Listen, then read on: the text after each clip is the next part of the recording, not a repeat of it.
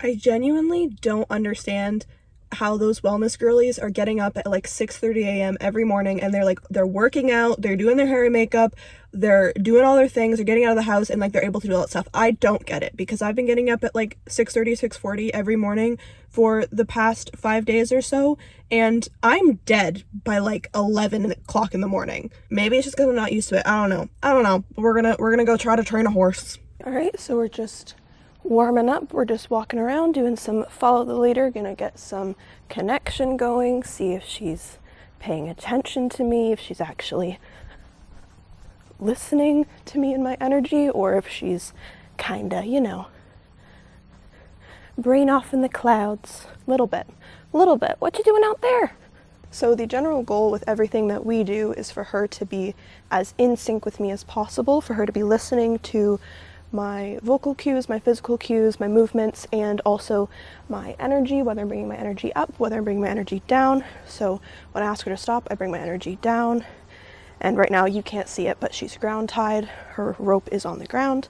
Anytime you stop, it is awesome to practice like letting the rope hit the ground and practice ground tying, because then they get used to the feeling of the weight of the rope from their head to the ground. And that teaches them, oh, when I'm in this position, I stop, I stay still. Yes, hello. Yes, hello. And hopefully camera angle will be okay. All right, you ready to work? You ready to move? Let's move. So she just licked her lips. That is a good sign that she is releasing, starting to relax. So we're gonna just start out with some basic follow the leader and try to keep a good bubble between us. Usually about 6 feet is where we try to go for right now. That means that if something happens and she spooks, I will be in a safe zone. It also teaches her to be comfortable and confident in her own space. And I'm gonna try to get tricky here and see if she's really paying attention to me. Good girl. Shh. Good. So if our bubble is 6 feet while I'm walking, then when I ask her to stop, our bubble should still be 6 feet. Good girl.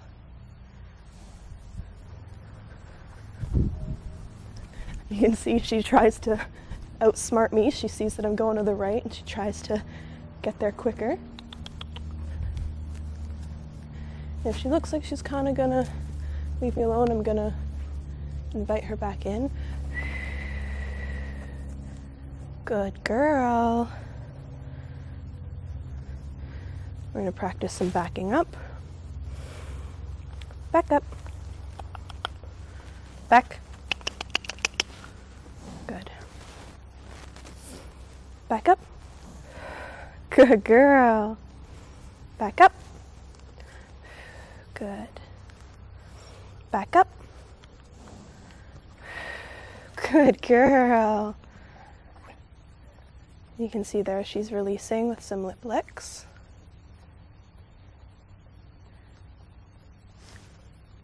Are those birds? What is that? I don't know. There's some weird noises happening, isn't there? There's some weird noises going on, but that's okay. We don't need to be worried about that. We don't need to be worried about it. We can go off and do our own thing. I'm gonna ask her up to partnership. Good girl. Still try to keep her with me.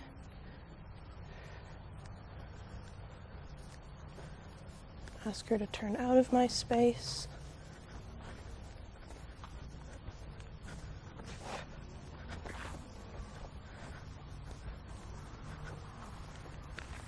Good girl.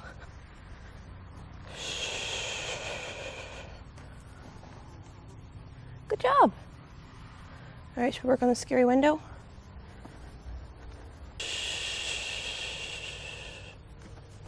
Good girl.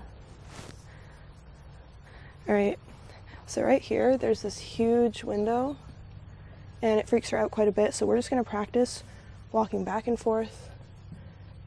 Oh my God, it's so dirty. Hi, don't knock this over, please.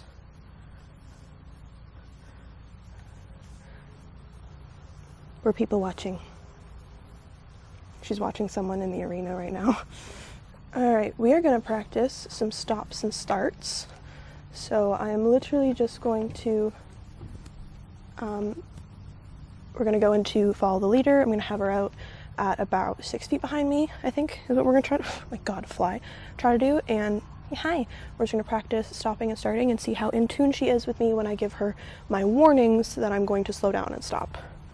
I need to get her listening and connected with me first, because if she's not connected to me, and I ask her to stop, or I try to give her the warnings, then I'm kind of just setting her up for failure.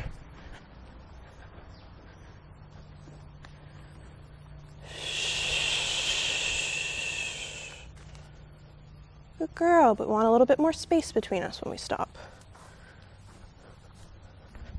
I don't think this lighting's very good. Girl, let's go this way.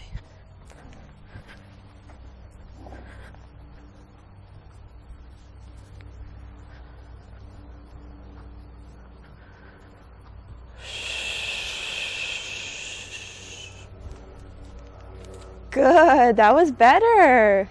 That was much better. So my yellow light, my warning for her that I'm going to stop, is I exhale, I bring my energy down, I relax, I make a shh sound, and that's my warning to her that I'm going to slow down.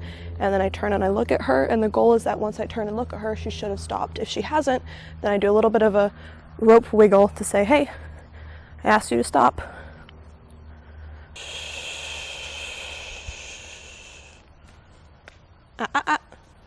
She walked through me there, so I'm going to ask her to back up. Good girl. Good girl, one more. Back up. Good job.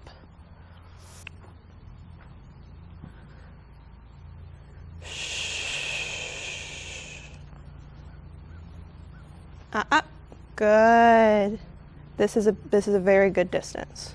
Training like this versus just, holding her at the lead rope really close to her head and then pulling back and telling her to stop means that I have control over her at this distance versus standing right here with her. I don't need to be standing right here to have control over her. Well, I say control, that's not really a nice way to say it, but you know what I mean. Like, I'm able to communicate with her and effectively get the action, stand, get what I'm looking for by standing all the way over here. This is one of the most important skills that your horse is going to learn, which is one of the first things that my trainer taught me, and I didn't realize how, as simple as it seems, it is so difficult for many horses to learn, and that is to stand still for, extended periods of time, but just to stand still out of the human's bubble. Because it's one thing if I'm standing right next to her and I'm petting her and I'm talking with her and, she's with me, she feels that comfort, versus she needs to be able to stand in her own bubble with her own space so that we can both be safe. Because if she were to spook, if she were to spook right now, if I was standing right next to her, not good. But having this space, if she were to spook, I can easily step out of the way. Yeah. I can step out of the way.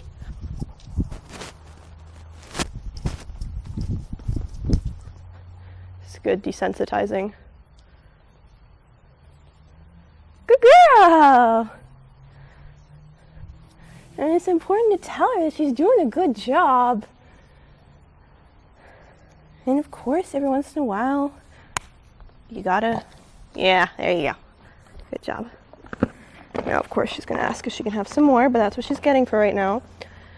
Another thing's very important, if you are going to do food-based, apologies for the awkward jump cut, my mom called me.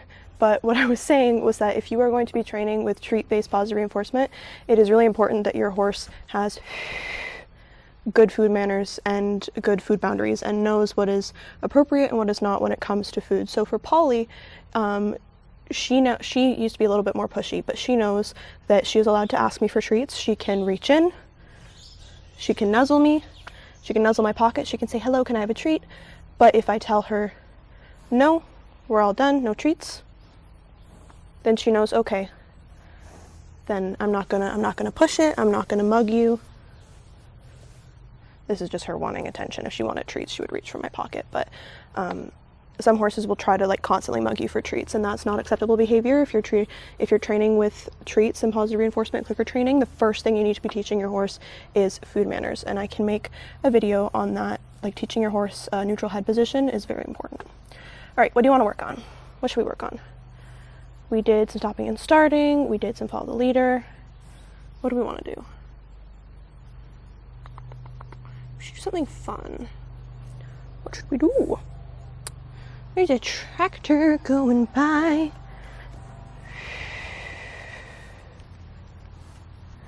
So the window is right there, and someone's going around on the little like rideable lawnmower. I'm just gonna even just let her stand here. You can actually see she's pretty, well, now she's aware, but she's fairly relaxed. And I'm just going to let her kind of look out the window, see what's going on.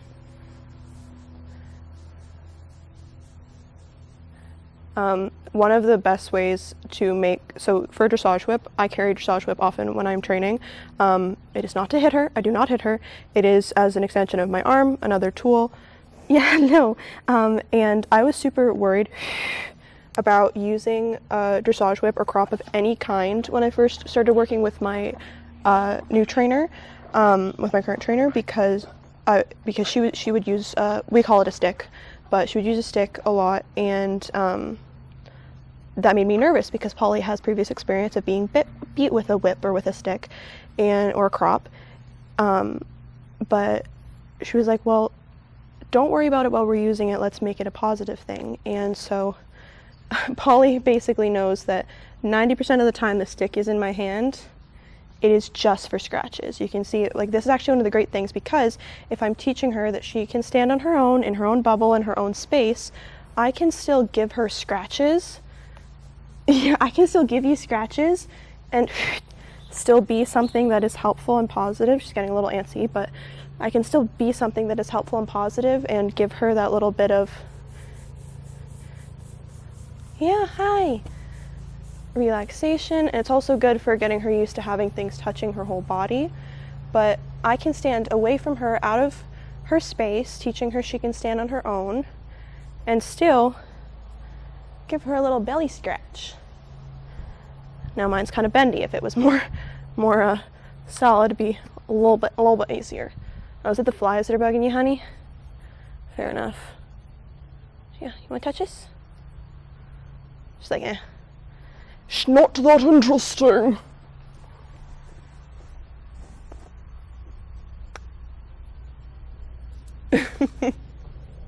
So she's getting a little antsy, but I want to do a little quick release for her so that she can leave here feeling good. There you go. Let's see if we can get she's clamping her jaw. There we go.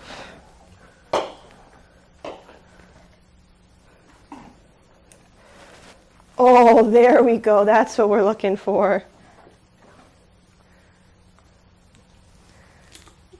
Yeah, does that feel better? Was that better? There you go. That's what we're looking for. That's what we're looking for. And now my hands are all slobbery, so I'm just gonna wipe those on her. So I'm just gonna wipe on my pants. They're already dirty. Why not? Do you feel better now? You feel a little bit better? Should we go outside? She's a little bit up, but you stepped on your rope. Back. Good girl. That release was good for her. It's good for her to know that she can be in here and relax and have these releases. Honestly, sometimes I wish someone would release my jaw for me.